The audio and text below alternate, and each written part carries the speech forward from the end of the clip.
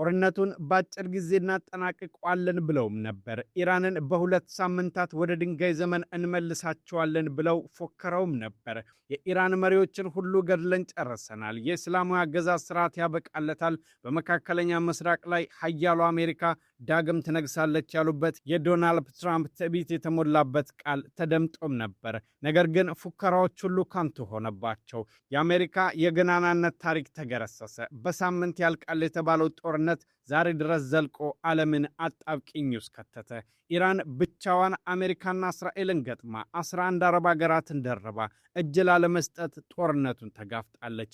ኢራኖች በዚህ ጦርነት ክፉኛ ቢጎዱም ንጹሐን ቢሞትባቸውም 250 ሴት ተማሪዎቿን በአንድ ቀን ብታጣም ጦርነቱን ቀጥላ እየሞትን እንገድላችኋለን፣ እየወደምን እናወድማችኋለን፣ ብቻችንንም አንጠፋም፣ ዓለምን ይዘናት እንጠፋለን እንጂ እያሉም ይመስላሉ። አሜሪካ በመካከለኛው ምስራቅ የለኮሰችው እሳት ከራሱ አልፎ የአረብ ሀገራትን እየቆላ ይገኛል። አሜሪካንን እንደ ጋሻ ተመክተው እሷ ትጠብቀናለች ያሉት 11 የአረብ ሀገራቶች የኢራን ሚሳኤል ቢበረታባቸው፣ የድሮን ናዳ ቢዘንብባቸው፣ የነዳጅ ማጣሪያቸውን ብታወድምባቸው፣ የሚገቡበት ቢያጡ አይናቸውን ወደ አሜሪካ ደጋግመው ቁልጭ ቢያደርጉም የአህያ ባል ከጅብ አያስጥልም ነውና ነገሩ። አሜሪካ አረቦችን ከኢራን ቁጣ ልታድናቸው አልቻለችም። በዓለም ላይ በቁንጦቷና በቱሪዝሟ የምትታወቀው ብልጭልጯ ዱባይ ዛሬ የቱሪስት መዳረሻ መሆኗ ቀርቶ የሚሳኤልና የድሮን ውርጅብኝ የሚታይባት የጦር አውድማ ሆናለች። ሰማይ ጠቀስ ሕንፃዎቿ በጦርነት ጭስ ተሸፍነዋል። ዛሬ ዓለም እያየ ያለው የኢራንን ወደ ድንጋይ ዘመን መመለስ ሳይሆን የአሜሪካንን የገናናነት ክብር አፈር ሲበላ ነው። ዘመናዊ ቴክኖሎጂ አሉን የሚሉት ትራምፕ ውስብስብ የጦር ስትራቴጂ እንጠቀማለን የምትለው አሜሪካ ተዋጊ ጀቶቿ በፋርስ ባህረ ሰላጤ አሸዋ ላይ ተቀብረው መውጫ አጥተዋል። አሜሪካ ጦርነት መጀመር እንጂ መጨረስ እንደማትችል ታሪክ ሕያው ምስክር ነው።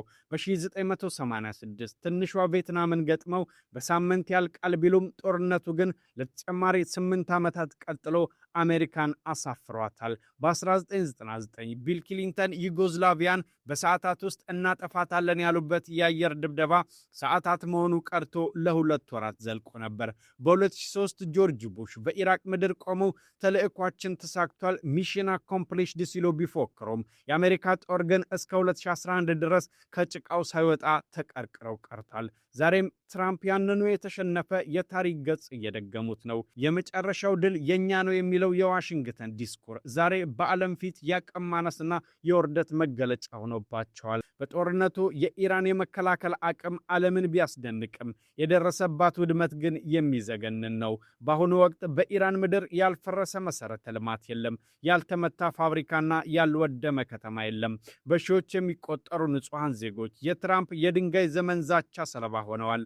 ሆኖም አሜሪካ ኢራንን ብታስፈራራም ስልታዊ ጠቀሜታ ያለውን የሆርሙዝ ወሽመጥን ግን ማስከፈት አልቻለችም። የዓለም ነዳጅ መተላለፊያ በሁቲዎችና በኢራን ተጽዕኖ ስር መውደቁ የአሜሪካን ገናናነት በዓለም ፊት አዋርዶታል። ሀያሉ አሜሪካ የባህር መስመሩን ማስከፈት አቅቷት ዓለም በነዳጅ እጥረትና በዋጋ ግሽበት እየተቆላም ይገኛል።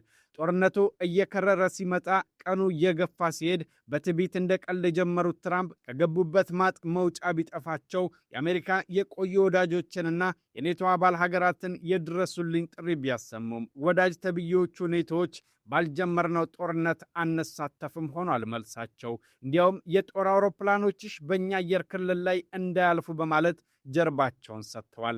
ትራምፕ ዛሬ በዓለም መድረክ ላይ ብቻቸውን ቆመዋል። ይህ ውድቀት የአሜሪካን ዲፕሎማሲያዊ የበላይነት አፈር ከድቤ ያስበልቶታል። አይጥ በበላ ዳዋ ተመታ ነውና ተረቱ። የጦርነቱ ዳፋ ኢትዮጵያንም አልማራትም። ሀገራችን የነዳጅ ዋጋ መናርን የኢኮኖሚ ቀውስ ሰለባ ሆናለች። ችግሩ ጓዳችን ድረስ ዘልቆ ገብቷል። ታዲያ አሁን ላይ የዓለም ሕዝብ ስጋትና ጥያቄ ይህ ጦርነት መቼ ያልቃል? ማን ያሸንፋል? ማንስ ያሸማግላችሁ ይሆን የሚለው ጭንቀት ፈጥሯል። ዋይት ሃውስ በየቀኑ በሚለዋወጥ የጊዜ ሰሌዳ ውስጥ ሲዋዥቅ፣ ዓለም ግን ወደማይወጣበት የጥፋት ጉዞ እያመራ ነው። የአሜሪካ ገናናነት በፋርስ ባህረ ሰላጤ አሸዋ ላይ ተቀብሮ ይቀራል ወይስ አዲስ የዲፕሎማሲ ተአምር ይፈጠራል የሚለውን አብረን የምናየው ይሆናል።